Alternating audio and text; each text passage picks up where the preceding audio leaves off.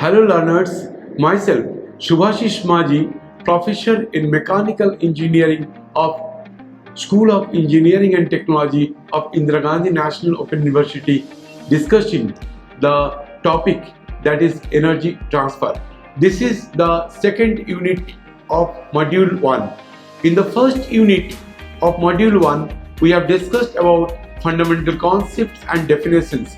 There we have introduced the course that is thermodynamics. We have discussed what is thermodynamics and the definitions of certain very important terms like controlled system and control mass and control volume, and some important properties like pressure, volume and so on. And we have also introduced the types of the properties like intensive and extensive properties.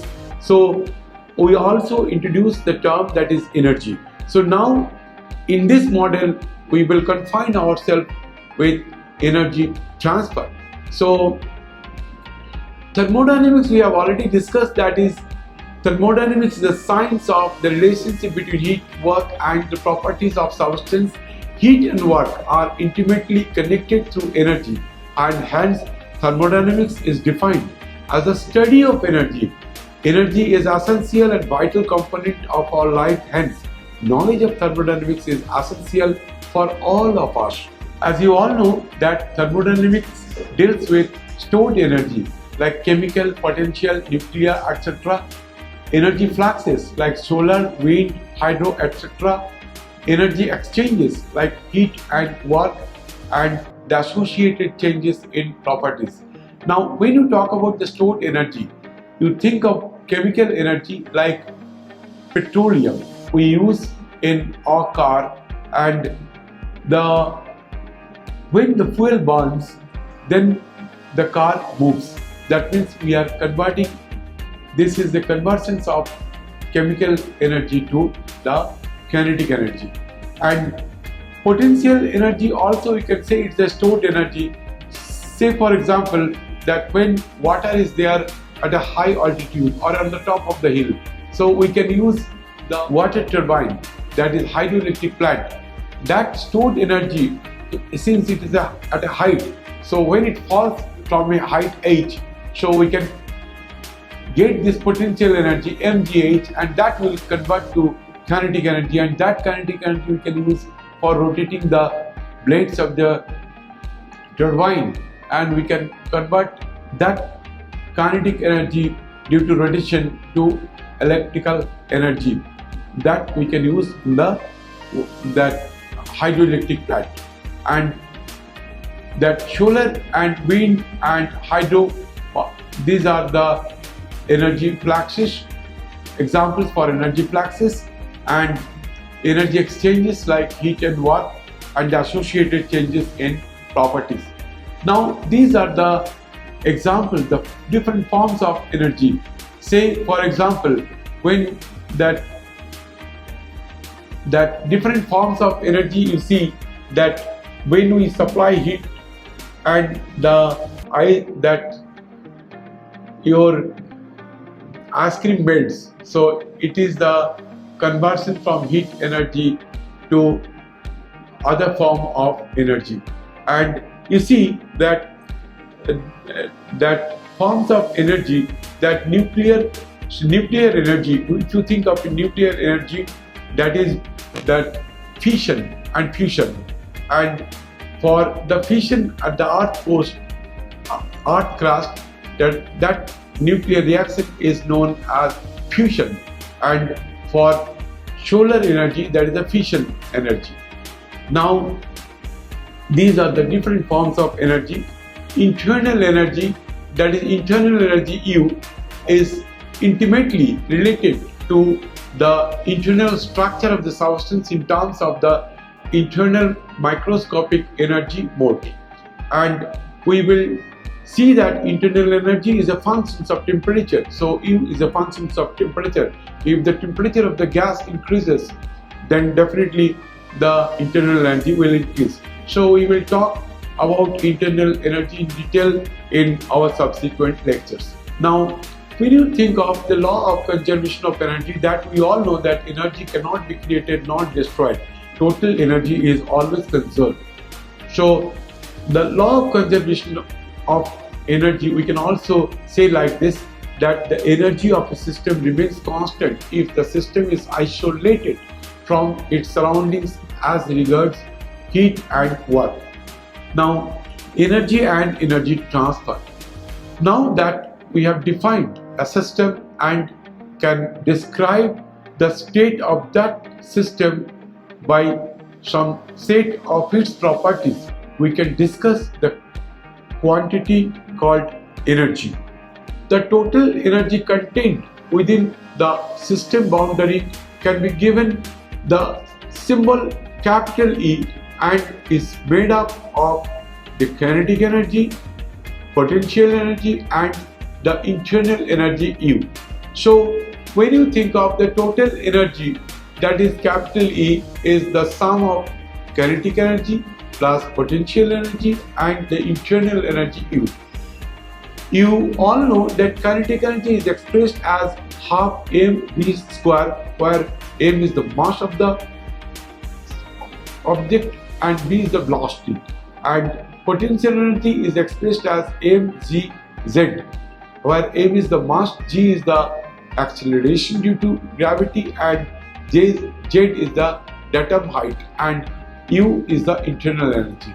Now this is the total energy in terms of kinetic energy because of the motion, and potential energy because of the elevations, and U is the internal energy. Now the intensive form for the total energy, that is small e, that is the total energy by mass, is equal to kinetic energy by mass plus potential energy by mass plus internal energy by mass.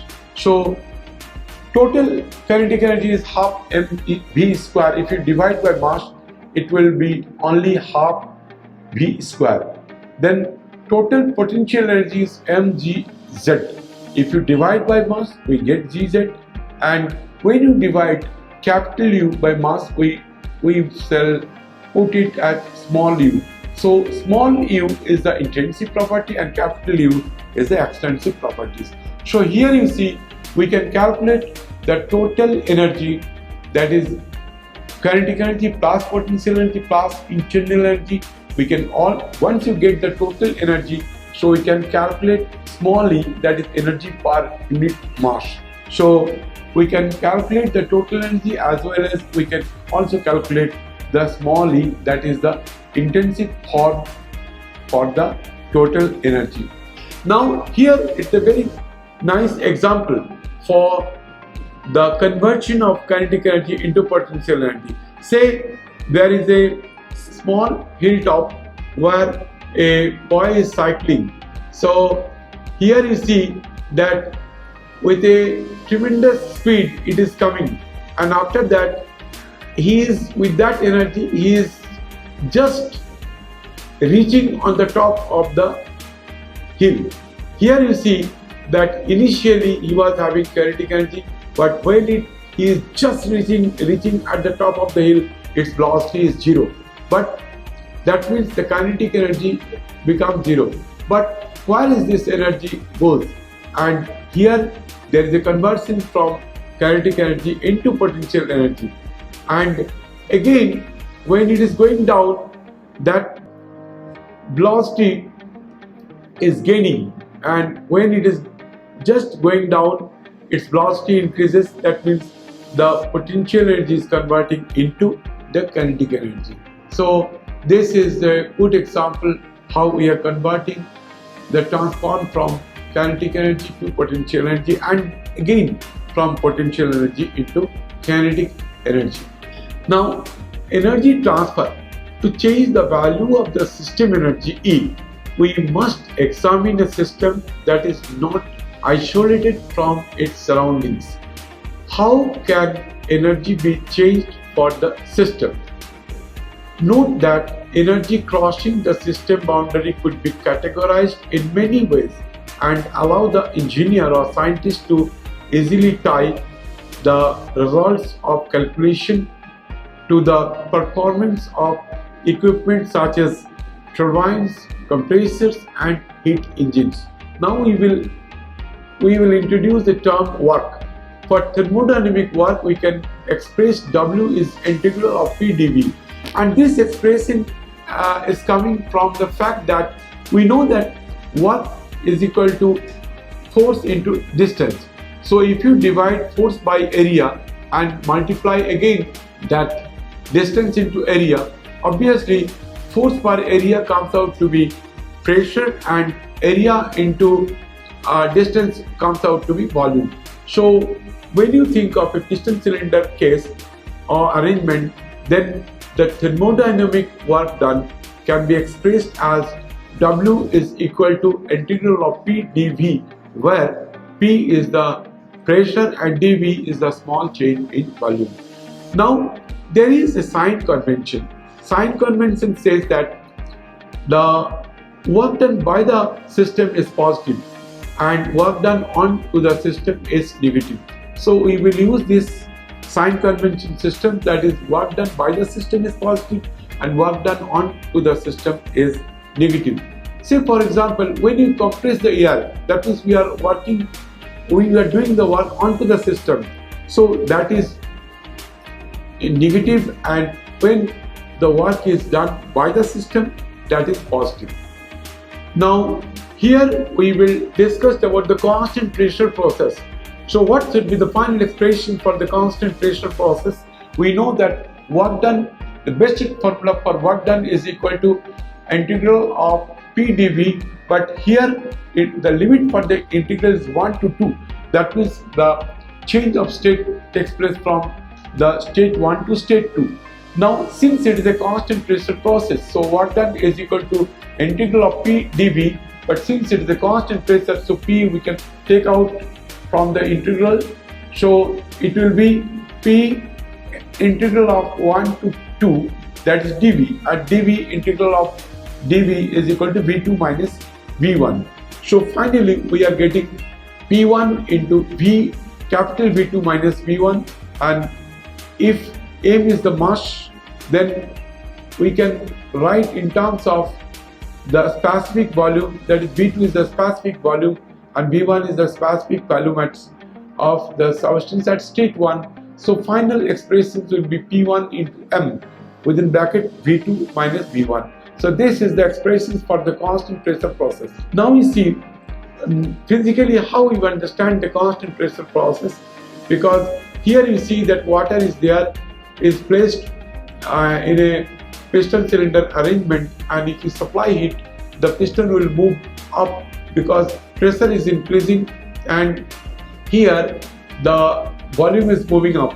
So here this is the constant pressure process, and initially the piston was at an equilibrium positions. Piston and mass and piston is at the equilibrium position, and there is a pressure. When we supply heat, the pressure increases and the piston cylinder will also increase. So this is the examples of constant pressure process, and this is the initial state and other one is the final state. Now see, there is a process that is we call it the constant volume process. So what will be the work done for a constant volume process? So we begin with the expression for the work done is equal to integral of P dV, but it is a constant volume process. That means there is no change in the volume, so there is no work done. So it is if the process is a constant volume process, so net work done is 0 because volume is not changing at all. So next is the hyperbolic process, which is expressed as PV is equal to constant. So here we can also say it is an isothermal process, temperature is constant. So how to calculate the work done for hyperbolic process or isothermal process when PV is equal to constant?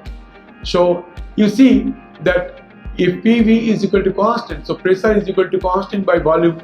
If you put the value of P, that is constant by volume, in the main expressions, so the main expressions for W will be equal to integral 1 to 2 P right constant by V. So it is dV by V, and dV by V is nothing but log 2 by V1. So final expressions we will get P1 V1 ln, that is log V2 by V1, where V2 is the final volume, V1 is the initial volume. So this is the expression for the work done for hyperbolic process where temperature remains constant. Now this is a very important point, that is the polytropic process. In polytropic process is expressed as PV to the power n is equal to constant. So again we can do it with little bit algebra. So if PV to the power n is constant, so P is equal to constant divided by V to the power n. So put the value of P, that is constant, divided by V to the power n in the expression for the work done, and after little bit algebra we can calculate the final expression for W is equal to P1 V1 minus P2 V2 whole divided by n minus 1, where n is the index. And if you write down these expressions in terms of specific volume, that is m within bracket P1 small v1 minus P2 small v2 whole divided by n minus 1. Now there is a very important process, we call it adiabatic process. In adiabatic process there is no heat transfer from system to surroundings. In that case the gas is confined within the piston cylinder, and the piston as well as the cylinder is thermally insulated. So there is no possibility for heat transfer from system to the surroundings. And at state A1 there is P1 pressure, V1 volume, and T1 is the temperature, and the final state at state 2 the pressure is P2, volume is V2, and temperature is T2. So we in adiabatic process we write down PV to the power gamma is equal to C. We will use the same formula for which we have already discussed for the polytropic process. So in n only thing n we will take as gamma. Now we talk about the heat.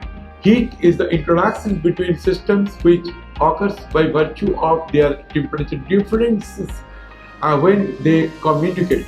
So for heat transfer there has to be temperature difference and communication, and sign for heat transfer, that if there is a heat loss from the system we call it negative, and if there is heat gain we call it positive.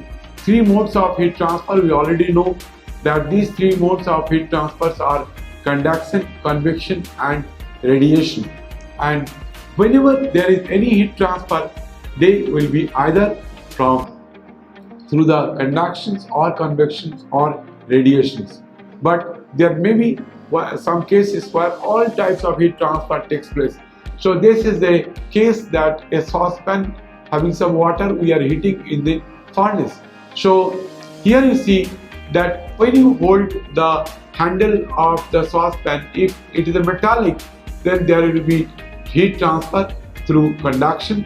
And here you see that convection process is also takes place in this process, and since we are heating, so because of heat there is a radiation. So this example gives us the three modes of heat transfer simultaneously occurring for a simple case. But in general, when the heat transfer takes place in solid, that is due to the conduction, and when the heat transfer takes place in liquid or gas, that is the convection, and the heat we get from the sun, that is due to the heat transfer due to the radiation. Now energy, that the increase of energy of a system during a process is equal to the net heat minus the net work during the process. So if Q is the heat transfer and W is the work transfer, so change in energy of the system can be defined as Q minus W. Now let us discuss some numericals, and if we can solve this numerical, then whatever we have discussed till now, it will be a crystal clear for you. Now we have already discussed the work done for constant pressure process. We have discussed about the work done for the isothermal process, or we have also discussed about the work done for the polytropic process. Now, whenever you solve any problem, first of all you have to know what process is going on. So this is a very interesting process. You see that find the work done in kilojoule by an ideal gas in going from state A to state C. Here you see that the state A is the initial state, and here temperature is constant, that is PV is equal to constant. So this is an isothermal process where temperature remains constant. So A to B is the isothermal process, and B to C, you see the pressure is constant, that is the constant pressure process. So the part of the work for this process is due to the isothermal process where temperature remains constant, and the remaining part of the work done is the constant pressure process. So here we will see how to calculate the net work done. So net work done, when you calculate, you see that from A to B, it is a temperature, this process temperature remains constant, that is it is an isothermal process, and B to C it is a constant pressure process.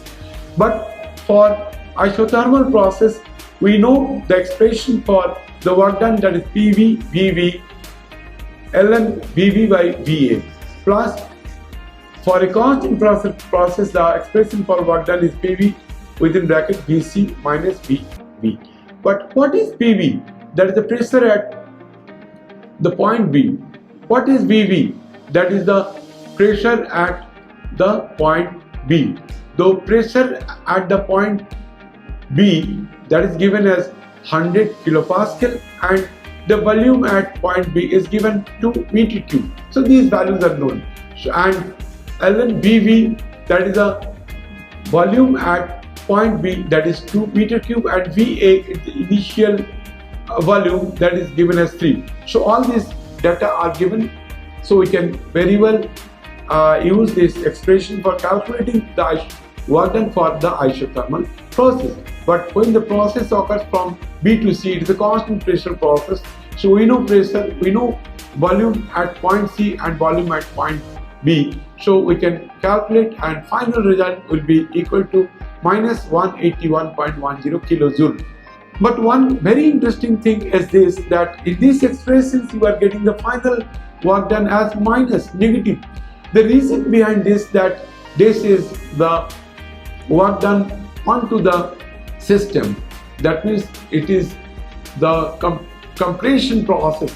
The volume is initial volume was 3 meter cube and final volume of the gas is 1 meter cube. So it is a compression process. So for compression process we have to do work done onto the system, and that is by convention that we are doing work onto the system, that is negative. That's why the final result is coming as negative. So net work done is minus 181.10 kilojoule.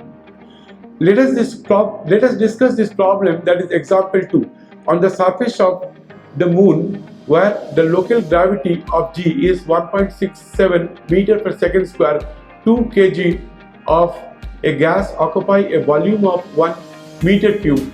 Determine the specific volume of the gas in meter cube per kg and density in gram per centimeter cube. The specific volume is volume per unit mass. So volume is given as 1 and mass is given as 2.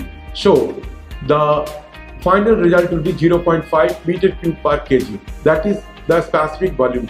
Density is equal to mass per volume, that is mass is given as 2 and volume is given as 1. So density comes out to be 2 kg per meter cube. But we have to convert this density in the unit of gram per centimeter cube. So if you convert kg to gram, we have to multiply by 1000, and meter cube we have to for 1 meter is equal to 100 centimeter. So meter cube means 100 into 100 into 100 centimeter cube, and that finally it will comes out to be 2 into 10 to the power minus 3 gram per centimeter cube.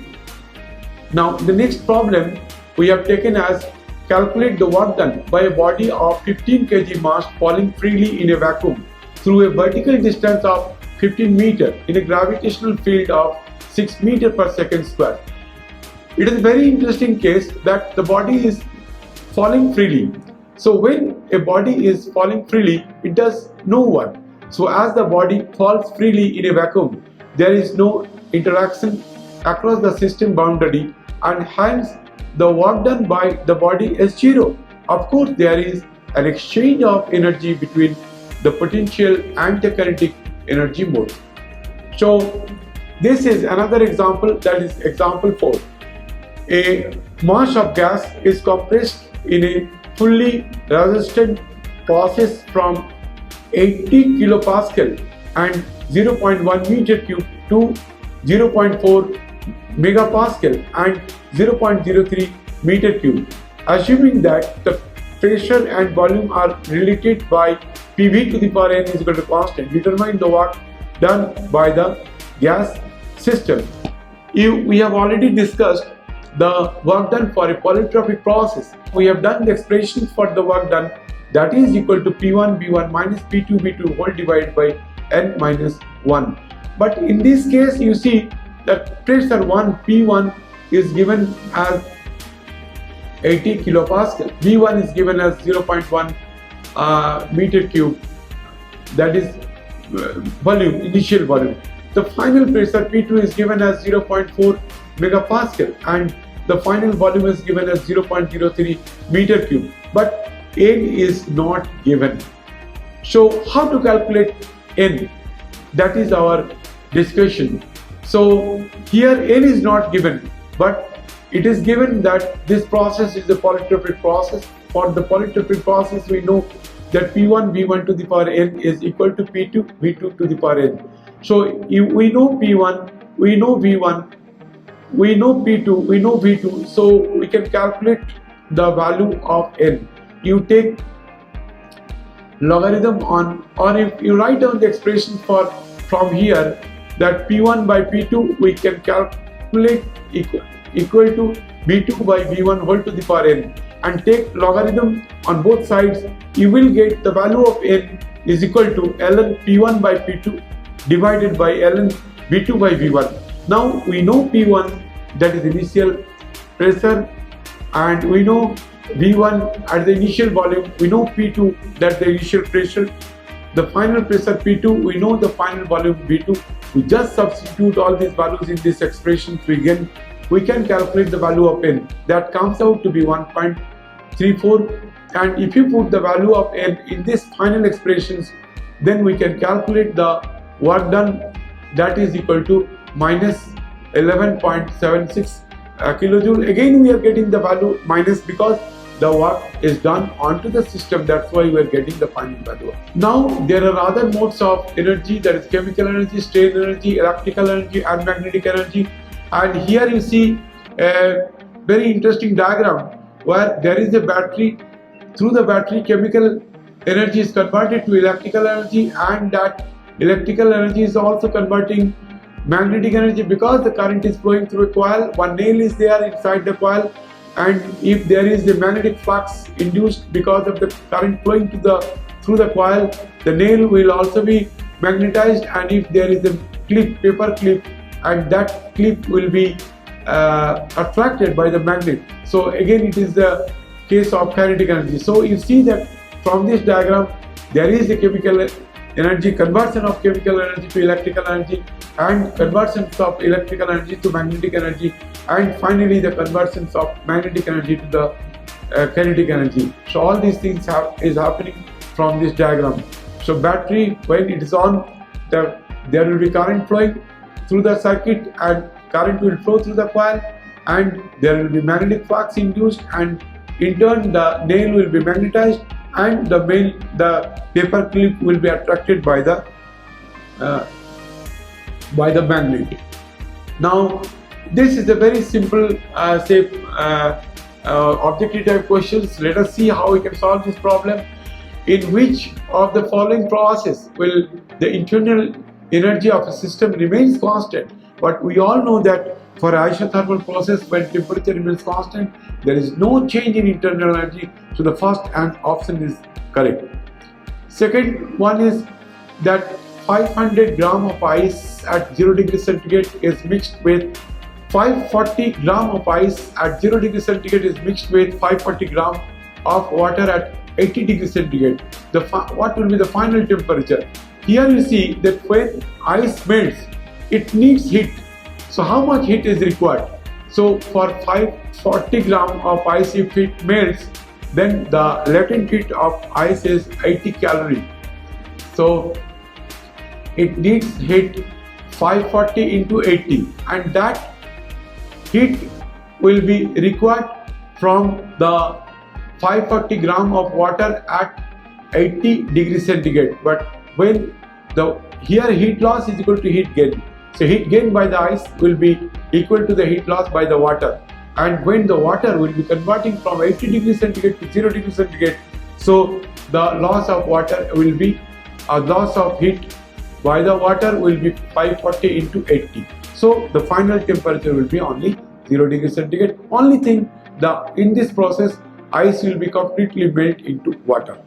And the second question is this, that compared to burn due to air at 100 degree centigrade, a burn due to steam at 100 degree centigrade, which is more, first option is more dangerous and less dangerous and equally dangerous and none of the above. See, the heat contained by the steam at 100 degree centigrade is more than the heat content of air. So compared to burn due to air at 100 degree centigrade will be less dangerous. So more dangerous will be the burn due to steam at 100 degree centigrade. And this is the another objective type question, that in a cyclic process the internal energy of the gas increases, decreases, remains constant, becomes zero. But you know very well, for a cyclic process the properties will not change. So if you think of the internal energy of the gas, that will remain constant. So the internal, in a cyclic process, the internal energy of the gas will remain constant. There will be no increase or decrease of the internal energy for a cyclic process. Now let us summarize what we have discussed in this in today's class.